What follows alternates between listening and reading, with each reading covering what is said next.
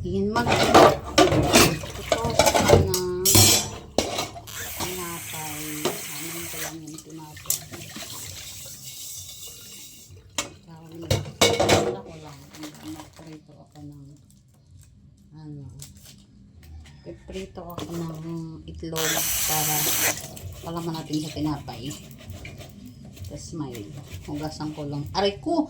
Ang daming langgam!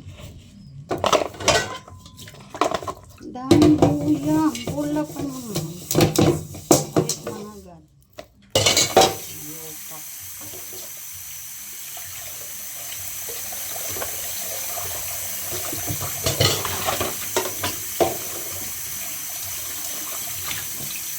Ang basang tugtog nila guys. Dinig na dinig dito. Ating. Aray ko. Ganyan muna natin. Magbabati muna ako ng egg.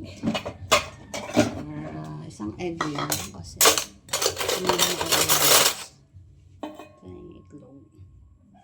Chili pa tayo dito sa harap.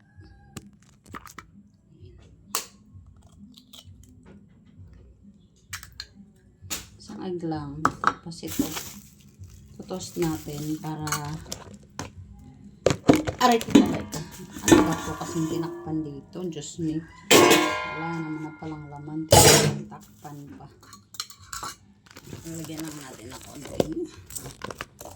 Ating asin.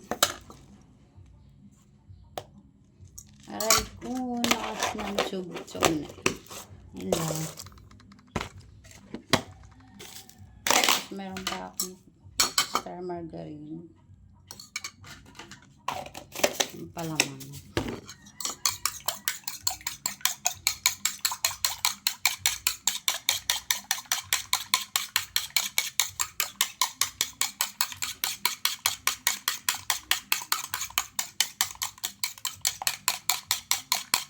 Ang talas pa naman ng ni Lolo, ng pandinig ni Lolo, kahit mahina-mahinang sounds, basta pag may narinig siya, automatic CPR. So, ibig sabihin nun, pag nasi-CPR ka, hindi sa'yo napupunta lahat ng kita ng video mo, kasi may kahati ka doon sa music, may-ari ng tugtog na narinig niya, hahatian mo yun.